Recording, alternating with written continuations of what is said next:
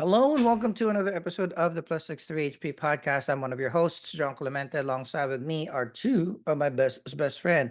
I'm gonna start with the dude with the pink headset. CHUBAX, how you doing? What's up? What's up? Nice Sunday. Happy to be here. Let's go. Yeah, and all the way from the West Coast at a very ungodly hour, hanging out with us is Arnie. Arnie, how you doing? Oh, you're on mute. You're on mute. Doing great. There you Muted, but that was go. good.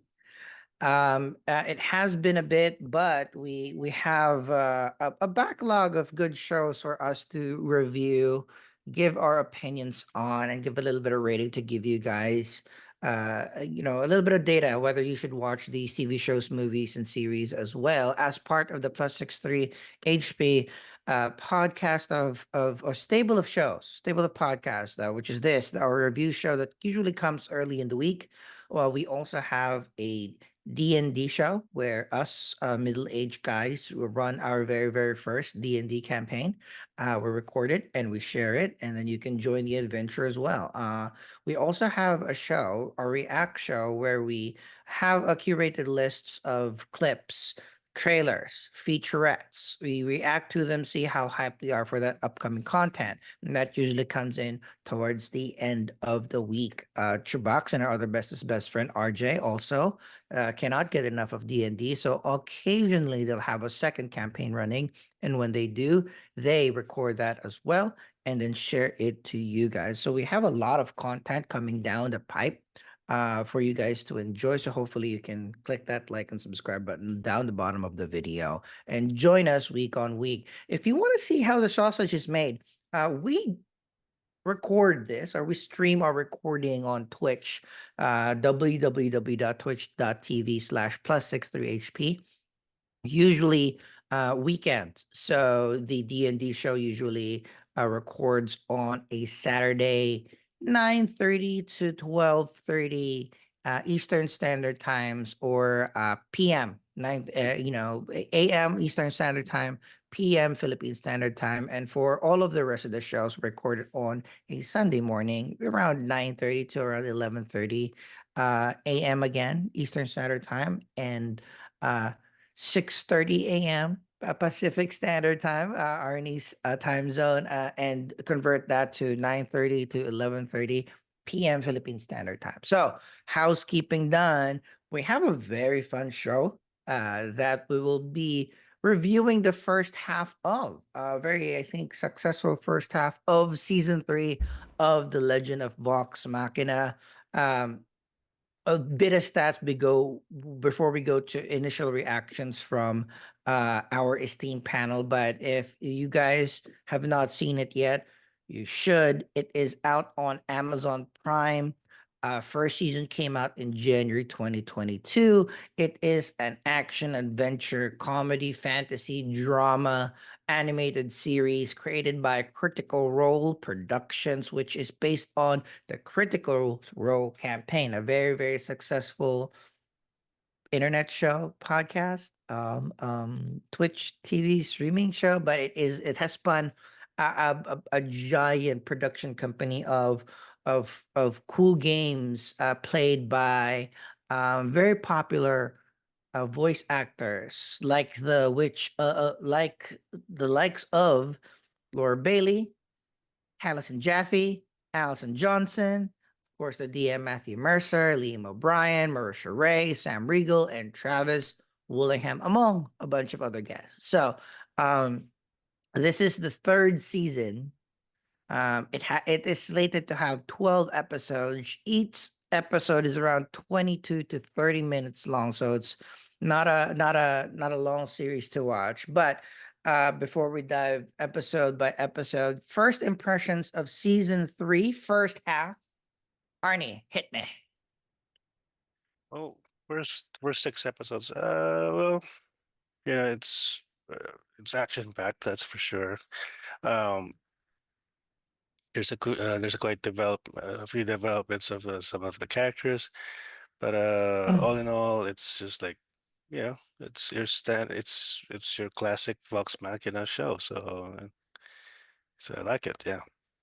Chubax, hit me. Yeah, me, I'm loving it. It's more Vox Machina, like Arnie said, but some of the stuff that like how they're handling it, because I know most of the stuff from the tabletop game, so I was wondering how they were gonna channel it, and I'm happy with most of the decisions, especially with the relationships that they're handling, and of course the action. Like the action's even better than what I want it to be. So I'm loving it. Yeah, I that's exactly why I love, I think, season 3. You know, the production company and Amazon has finally realized the audience of this is going to be a consistent audience week on week that is going to be there. I love the format of Three three three. a bulk of episodes per week, so you have enough runway to do some things, but also like you can still have that cliffhanger, have them come back the week after so that people don't binge it like I usually do. I love that every episode there's like a big, very big action piece. Mm-hmm. I actually feel that season 3 the pace is even or the fastest that I've ever felt it. Like every episode there's a lot of things that are Wow, happening yeah. coming into the next episode, not only a different locale and then a different set of characters that either join or is against our group, and then a big action piece. So it's like it's a lot of a lot, which in any other medium I feel would be difficult, but because it's animated and we can see a lot of the things very clearly that they show, I think it really works. I think this has been, you know, my favorite season of Legend of Vox Machina. The only that I was thinking that And it's been renewed for 4 for the next I one. renewed for 4, which I'm looking at it as I just hope that both Critical Role Productions and Amazon Prime Studios can just Give it say a that few set no, amount. but like give us a plan where, hey, the Legend of Vox Machina, which is season 1 of Critical Role, right? Campaign 1 of Critical Role, it needs X amount of seasons, right? Like we need 6 seasons to get through the entire campaign, or we only have 5 seasons. So Well, because it's a lot, right? So yeah, how far but is there Yeah. uh Is the campaign still ongoing? no, this is each campaign 1 is done? campaign 1 finishes around 117 episodes. They're on campaign 3 na right now. Yeah, okay. So yeah, so definitely So they it's could done. at least There's an ending. yeah, okay. Wait. There's an It, ending, but that's the thing. So like if it's going to be all right, for Legend of Vox Machina, which is campaign 1, it's going to be 6 yeah, so seasons. season 3 I think ends around 83 episode 83, so good chunk left. So I think Could do well, but that could be 1 or 2 seasons or 3, maybe two, right? two, So three at the most, but probably two. 2, right? So I think that's nice if they can say like, hey, we planned for 5 seasons to do X amount, just to know that how in depth things would be Yeah, because translated from the I mean it's not a spoiler, but they're gonna end with the whispered one, which is the for second season campaign like 2. the one no the I mean the Vox Machina campaign ends with against the whispered one, the one who the Briarwoods were Yeah. worshipping. Okay. So that's a big bad. It is but again, it is fun. So again, that's my only little complaint. But I don't think that this is going to lack uh production. Like they're not gonna pull cancel Vox Machina. Not only is it They a have solid work, friend, yeah, and also they're working on Mighty Nine as well, season 1. So that's so I campaign think 2. if I am Amazon, or if or a net, if I'm a production company, is this not only is this production company like Critical Role Production have multiple franchises that I can get, and they're still making more, right? So I think it's best to just all right, Let's any go. project Yeah. that has already worked, let's do it again here. So I think it's going to be great. So All right, let's hit the quick synopsis. Jump in at every point. So the way that this goes is we're gonna go through all of the very general top details about that particular episode, and yeah, we're just gonna run through it, and then we're gonna rate the first half of the season, starting with an overall episode number 25, but this is episode 1 of season 3. It's called A Deadly Bargain. So we have just finished season 2. Um we figure out that Thordax has a lot more eggs that Mm. that can hatch and can like truly destroy the world. And then we realized that in episode 1, one of the other dragons, Raishan, um, kind of gives us a synopsis on how Thordak uh, escaped from the fire plane. So basically, Thordak tricked Raishan, or at least the entity that was taking over Raishan, taking over Thordak, tricked Raishan because Raishan had a curse, and then Thordak had a cure to that curse. So Thordak was released from his bindings from the fire plane, uh, thinking that, or Raishan thinking that Thordak will cure her, but didn't. So now Yeah. now Raishan is teaming up with Vox Machina to subdue or kill Thordak, not only to release his curse, but also to stop, the hordes and hordes of eggs that um, Thordak has, um, to take over the world. But in essence, Raishan has mentioned that they needed to get an armor piece called the Dawn Martyr. It is in a place called Ankara. It's like a very cool Corral. and fun and clean place. Um, but a lot of the episode is Vox Machina not trusting Raishan's plan, thinking that they were going to be betrayed because Raishan was the one that released Tordak that And she is essentially burned half the manipulative. world currently, and it will continue to do so. So rightfully so. There's a lot of that kissing, that thing. Um, Season 3, episode 1 also is the first time that we see Kiki and Vox do a little makeout session, but with their makeout session, Vox sees a vision. We don't know what that I vision is, mean, but yeah, it'll that's be fucked up. explained in the next episode. But you just sees a vision, Kiki old and everybody in Vox Machina dead, and she's crying over their grave. Right? Lots of things that you can interpret from that. Mm. We also continue to see that Vox Machina is debating the plan. They realize like, hey, we don't have to ally with Raishan yet, but the plan is sound. We'll need to we need to confirm the plan first. That's the fun thing about this is like, oh, it's a real thing. Like, we're going to verify what Raishan has mentioned in Thordak's place. If they can just successfully get in there, kill, destroy the eggs and bounce out, right? It was a sound plan. The exit was the one that needed a little Oh, more finesse. I Because like like, the idea that they wanted to confirm. Well, so it's like, hey, it's very rational. Like we're not gonna trust what Raishan that's says, true. but in essence, a lot of it, the big picture stuff means. So let's just check Thordak, see if we can just you know, infiltrate his place, see if we can kill some eggs and bounce. And then they do make a plan to do so. They kind of realize that Vox Machina on their own really cannot uh um Take down. cannot penetrate nor do anything in Tordak's domain, right? Um uh so uh fun action there. Vox Machina barely escaped Thordak's realm. Only with Raishan's help were they able to kind of like teleport out there.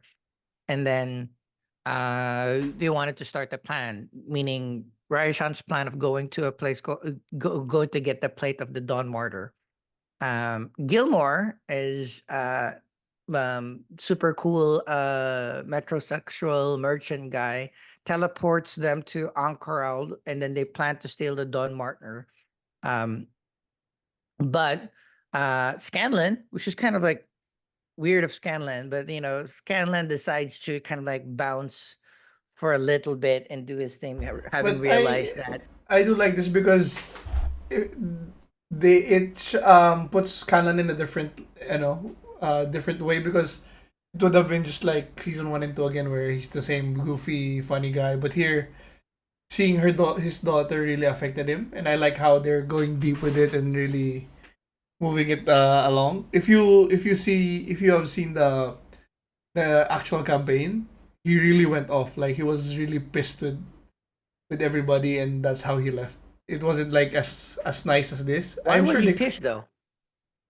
Oh, like, he had some of his insecurities coming out, and he was just like, how they were taking him for granted. Like, do you know? I think like one of the contentions there was like, do you even know my mother's name? So it's things like they don't ask him about, so like that. So, and then so he left with Kiki. And that's how funny he was. How pissed off everybody was. Like, so they were shocked that he left the group, but he didn't leave the table.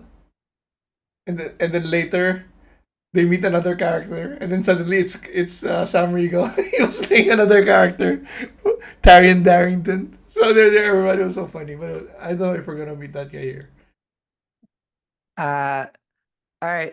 But that's the cool part too. So, uh, so that's episode 1. Towards the end of episode 1 too, we kind of like see that once they've tried to steal the Don Martyr from Ankara, there's another teleporting cloak person that got there before them. The group or Percy eventually catches up to that particular person. It's Ripley, the person that taught them everything. And then we also see that I love Cobb. how Ripley's moving. It's so cool. Yeah, like, Like Misty why is Step. all the enemies way cooler than our protagonists? Like, they're the cloak absorbs stuff, it hides the person, they teleport back and forth. He's way cooler than everybody else. But we're revealed that Ripley is now the person that the demon who was inhabiting Orthac. Percy before, Orthax, to do. Orthax. Orthax, right? Episode 2 is more of half of the episode is Percy being kidnapped by Ripley in Orthax, and he was being told, or what the plan was, which is basically arm everybody, use the pepper box, so that farmers and people that of lower class can fight back. But it's all just an agent of chaos, and we're assuming that Orthax just wants people to die so can have more souls to eat, etc., etc. Vox Machina was able to trace Ripley. Nice little subversion of expectation, where everybody was trying to investigate using very, very smart means, and it was what's the name of the big guy? Grog. Grog was Frog. the one who was able to kind of like get information about the location of this person that has a gun through kids playing with pistols. In the end, Vox Machina catches up to Ripley. They were able to have a little cute little fight scene, but at the same time, Percy was also was able to make a little IED to make himself escape from Ripley and Orthax. But at the end, Emprex. That's a cool title. Not Empress, but Emperex. Jumon Saor, the ruler of Ankara, was You know what he is, subdues right? You know what he is? What? True. Oh, I won't spoil it. Jamon. He's a cool Chipmunk. person. She No, looks like a dragon. Yeah. Is he a dragon too? Yeah. All right. Nice Well, comments. makes sense why and they will be entrusted with things that can stop dragon flame, etc., etc. But uh Emperix Jamon subdues Vox Machina. They were gonna put everybody to the death, but instead Percy takes the blame for the crime and the murder of the people in the archives that held the armor. There's a cut to Scanlan reuniting with Kaylee, but when he overhears around what's happening with the people that tried to steal something from the archive, he needed to kind of like split his time between Kaylee and or cooking up with Vox Machina. All the while struggling with the anxieties about meeting and talking to his daughter. And drunk Um, as fuck. Drunk as fuck, just I kept love drinking as it. much, It's which like is kind of realistic. cool. In the end, Scanlan was able to connect again with Vox Machina, object against Emperix Jamon, and then use this myth carver to reveal who actually killed the people in the archive and stole the Martyr. Dawn Dawn. Martyr, right? And then Mhm. in the end, Emprex Jamon was told where the Dawn Martyr is. It is in Hell. hell. There you go. And then in order to get there, um, uh, they needed to kind of uh, they need to go to House of Despat. So they go back to so that's episode 2, episode 3, Vexations. Um we start at Emon, which is Tordak's domain. He kind of issues a bounty to Vox Machina, and then kind of like understands now that Raishan is working with or helping Vox Machina against his plot. Vox Machina is now back in Whitestone. Allura reaches out to Dola and the other people in his former house for a little bit more of assistance. Um, um, while they're planning their way to hell, we have a really nice two branch structure of inter-office relationships. So we have Mhm. Percy and Vax boning, right? Mhm. And then we also have another one that were Vax and Keyleth separating. So that's a cool nice little dual track over there where both of them have each other's teammates to be like romantically they were romantically involved. But One is using when yes, um they all have different issues. yeah, but it's nice. I like the idea that the more intimate thing is the one that was going to um force to separate, and then the less intimate thing is the one that is getting a little bit more close. So the people that had sex were the ones that's going to like, oh, we need to keep it at arm's length, and the one that didn't became a Mhm. little bit closer. So that's nice story. It's a little bit more mature storytelling for animation, but Yeah. um So question, Chubak, since you watched the campaign on YouTube, so was this scene added or was this part of the campaign? part of the It was part. campaign. I think it was part of the. And it's are they the married couple or Spoilers. Also spoilers while we're watching. Yeah. In the end, oh, okay. they get married. Okay. No, but what's See funny Percy with and me, and Vex. In real life, right? The characters they Oh got no, in married. real life no. In real life, Oh, the one that's married is the guy playing Grog and Vex. Calgary. In Okay. real Okay. life, so it's Just weird. the So characters Vex and Percy get Grog's married. yeah.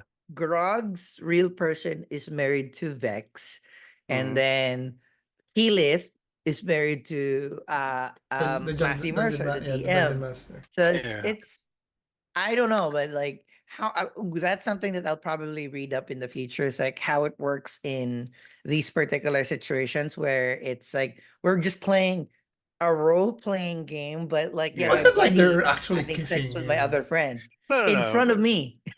It's Yeah, like, but that's not like they're actually kissing. Well, what's good now Yeah, in no, but like what's great you're now in pretending season in real life, which is different than acting what's great now yeah, because it's the game. in campaign 3, the one that the couple is Laura Bailey and Marisha, Lodna and mm, Imogen. Oh, that's different though. That's They're the one that socially acceptable. yeah, yeah, it's all they're like baby yeah, sex baby.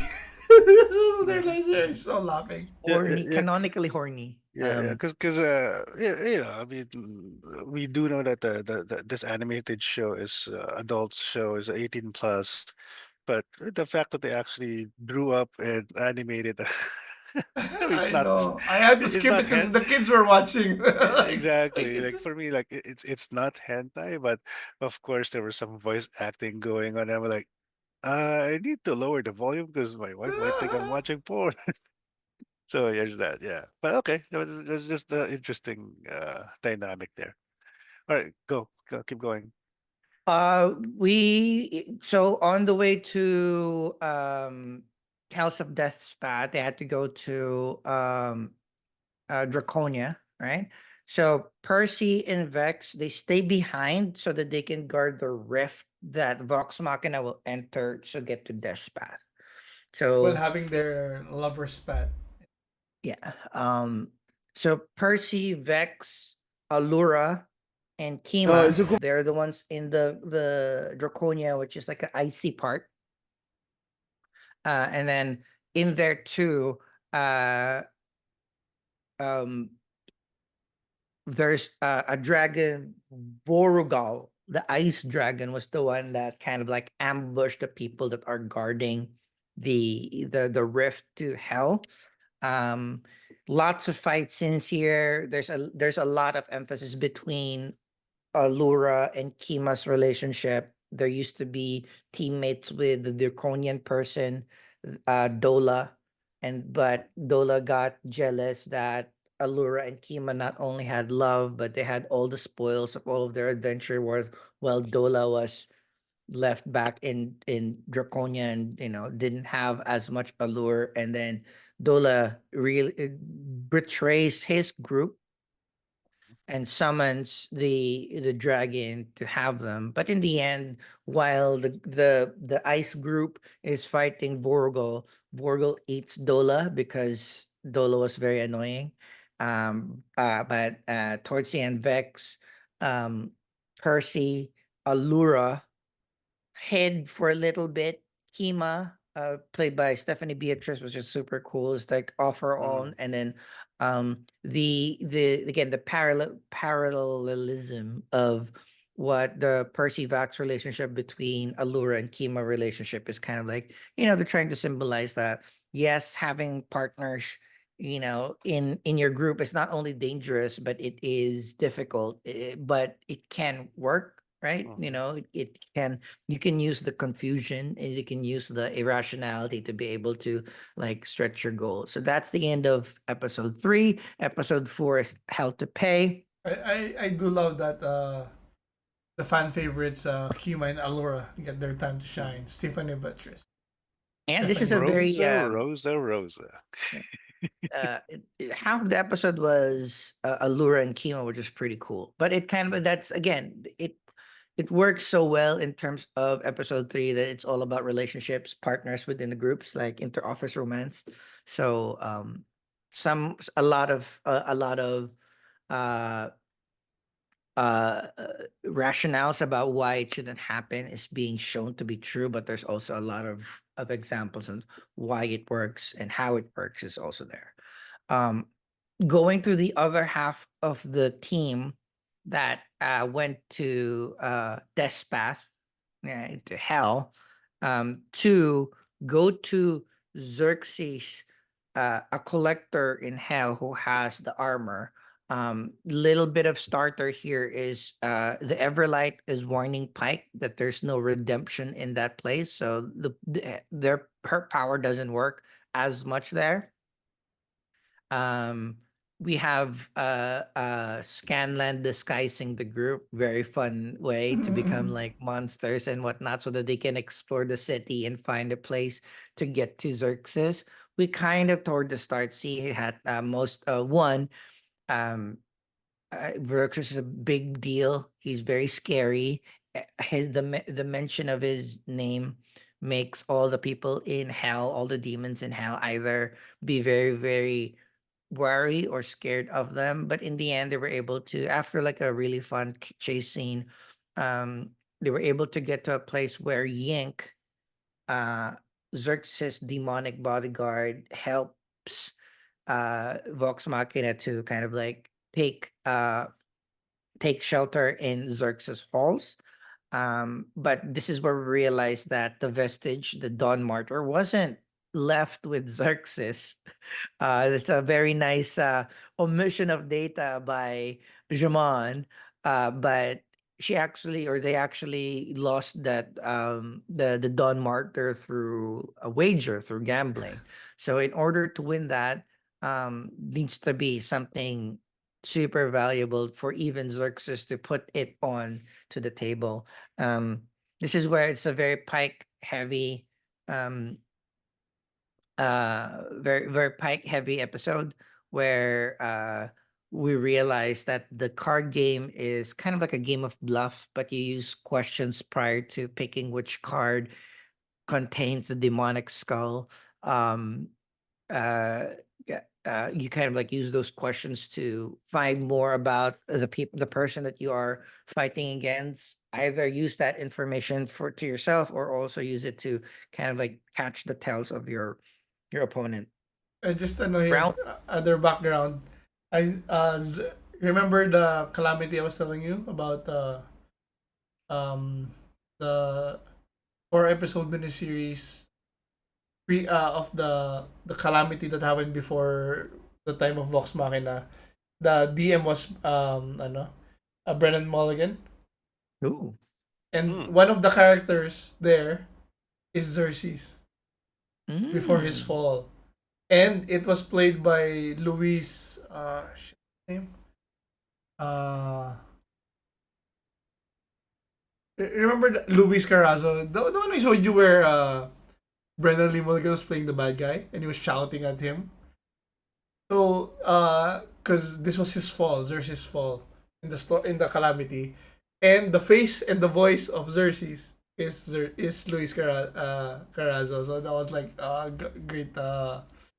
great tidbit there. But he wasn't a bad uh, guy then. So And we see a little bit of that in this episode as well, because what's happened, it's Pike versus Xerxes, because Pike has something in her. It's part of the Everlight that Xerxes wants. The first deal is, all right, if you win, you get the armor. If you lose, Pike will be my servant forever. First round, Pike loses.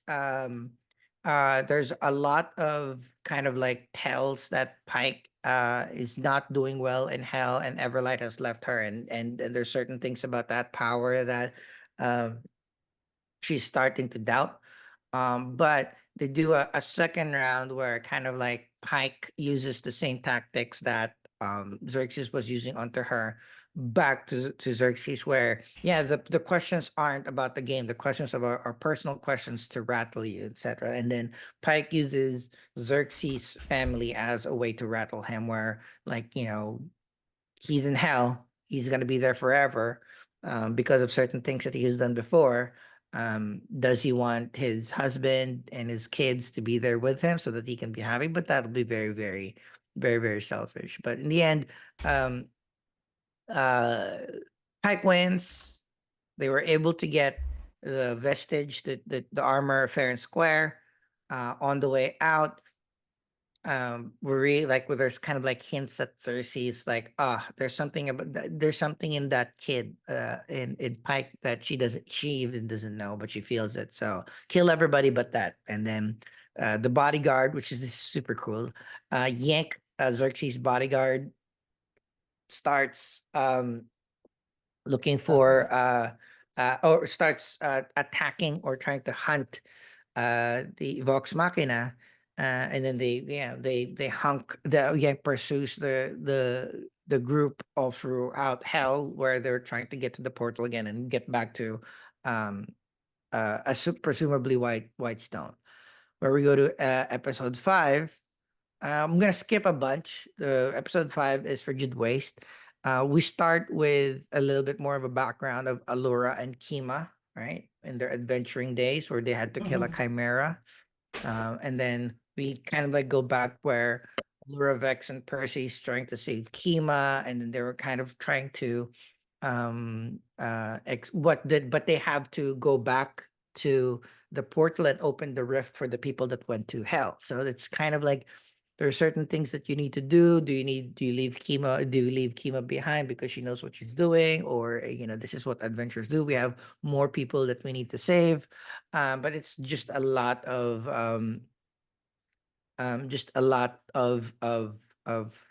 like exposition about how Kima and Allura trust them, that should be trusting each other in adventures.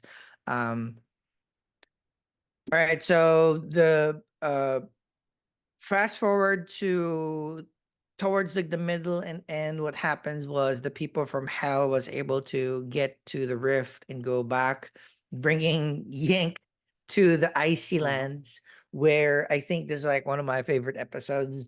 Animation is fucking killer.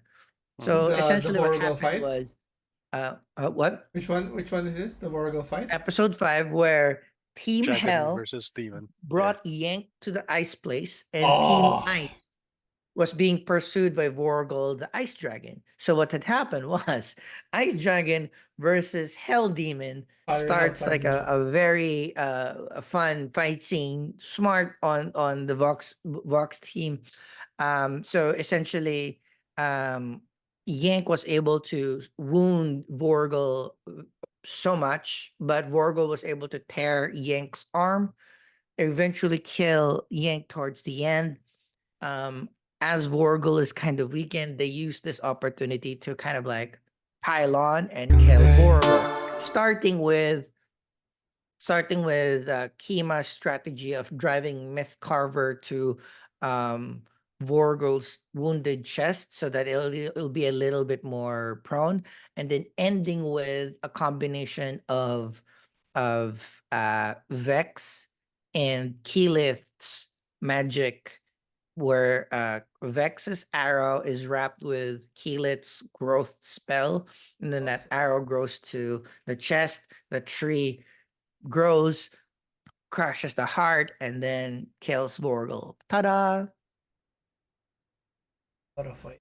So, Uh-huh.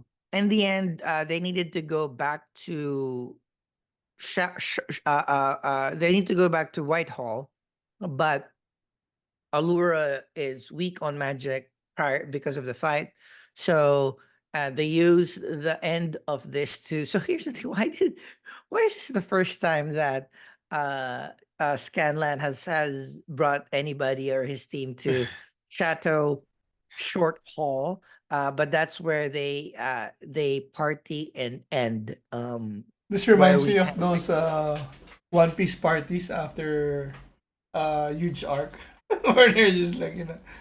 in the You should just bathtub. like party there. But yeah, why would you slum it anywhere else? Just bring a door everywhere you go and go to short hole every night. Yeah. Um, but it's nice that it transitions to episode 6, a little bit of a musical episode to start. They have a little bit party, but the end, that's another double layer of storytelling where you are in a fun place, you are in a celebratory mode, everybody's eating, everybody's getting drunk, everybody's like testing out the new dawn armor that